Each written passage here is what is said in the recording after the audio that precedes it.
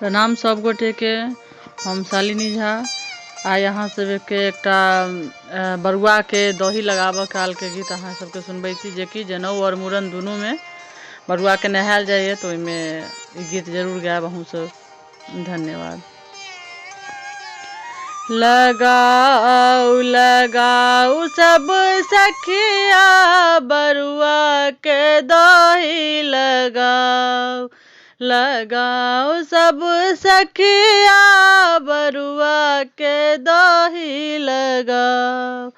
जो किछु बजता बरुआ के पापा, जो किछु बजता बरुआ के पापा, बरुआ के मम्मी ल पराओ, पराओ सब सखिया बरुआ के मम्मी ल पराओ, पराओ सब सखिया बरुआ के दही लगाओ।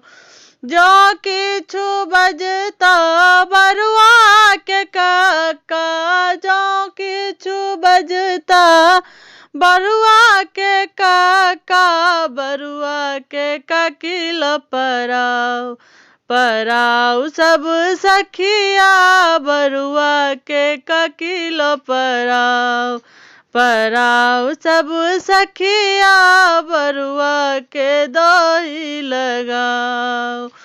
जो किछु बजता बरुआ के पीसा, जो किछु बजता बरुआ के पीसा, बरुआ के पीसी ल पराओ, पराओ सब सखिया बरुआ के पीसी ल पराओ, पराओ सब सखिया बरुआ के दही लगाओ।